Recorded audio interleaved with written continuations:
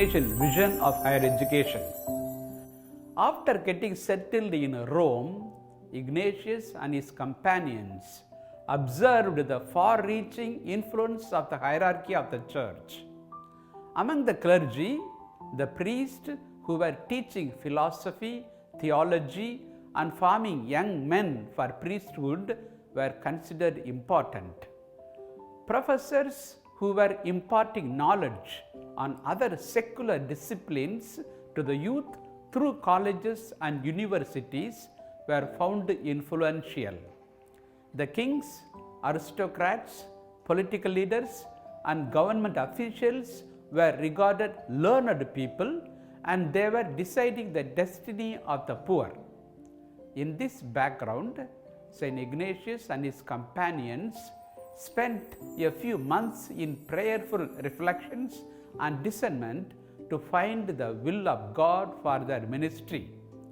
At the end of this process, St. Ignatius formulated cardinal principles in choosing apostolates, I say within quote, all other things being equal, choose those apostolates that will influence those who have the most influence on others. End of the quote. He emphasizes that Jesuits should choose an apostolate through which they could bring desirable change in the minds of the decision makers who would help in building the kingdom of God. To express this idea, in December of 1551, St. Ignatius wrote, within quote, from among those who are now merely students, in time some will depart to play diverse roles, one to preach and to carry on the care of souls, another to government of the land and the administration of justice, and others to other callings. Finally, since young boys become grown men, their good education in life and doctrine will be beneficial to many others, with the fruit expanding more widely every day. End of the quote. This is taken from the book The Life of St. Ignatius of Loyola by Reverend Norman O'Neill, S.J. This writing of St. Ignatius expresses succinctly his vision for Jesuit higher education. Convinced of the importance of higher learning, St. Ignatius asked Jesuits to open colleges and universities all over Europe and the entire world. From 1542 to 1548, St. Ignatius opened 10 colleges, then called schools, in Italy, Portugal, Netherlands, Spain, Germany, and India.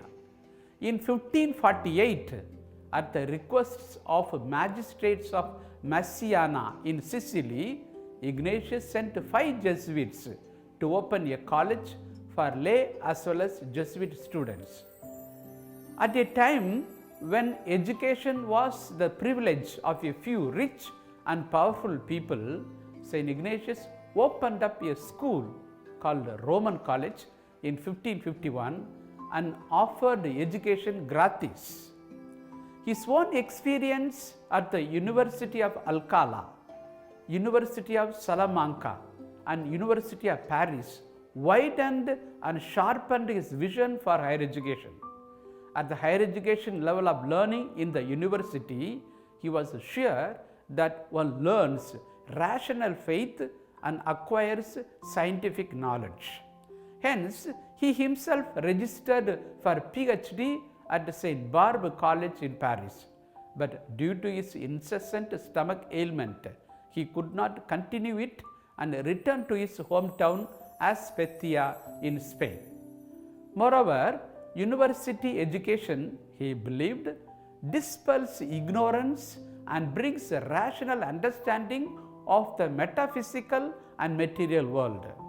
This vision of St. Ignatius impelled the Society of Jesus to encourage many Jesuits to become erudite scholars in philosophy and theology, excellent scientists in arts and science, and technical experts. Today, 114 Jesuit colleges and universities in 98 countries in the world provide incisive, rich, and enlightening information about the lands, the peoples and their customs, histories, political structures, and even flora and fauna, which are helpful for historical, anthropological, astronomical, botanical researchers. Because St. Ignatius laid due emphasis on the intellectual apostolate, the Society of Jesus has produced many intellectual giants who became notable scientists, explorers, astronomers, geographers, mathematicians, engineers, architects, painters, musicians, paleontologists, botanists, anthropologists, historians, philosophers, psychologists, and theologians. Furthermore, St. Ignatius envisioned the higher educational institutions to impart human values to the youth.